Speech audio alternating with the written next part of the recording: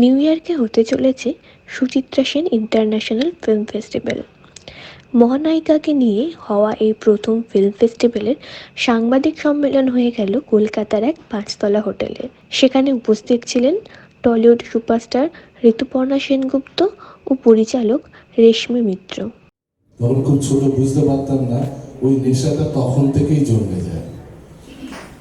আমি এই পরিসরে আমার সেই মহান পাগল এবং পাগলির উদ্দেশ্যে আজকে বলি, যদি সম্ভব হয়, যদি সময় সাথ দেয়, তাহলে আমি সুচিত্রা সেনের বায়োপিক করতে চাই।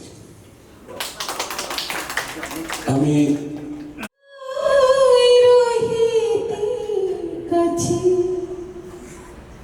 কিছুক্ষণ না রহিতে কাছে, আরো কিছু কথা না বলিতে মোরে,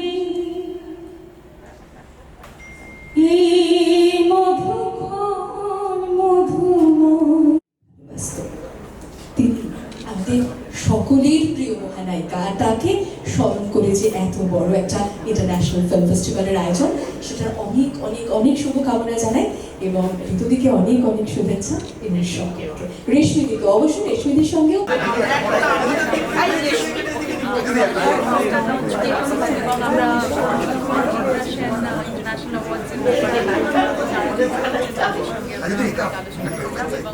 কি কি ছবি দেখানো হবে এবং আরো উৎসব তারপরে কি হবে সেসব আলোচনা এবং তার পরবর্তীকালে আমরা ঢাকাতে একটা বড় প্রেস কনফারেন্স করলাম এবং সেখানে আমাদের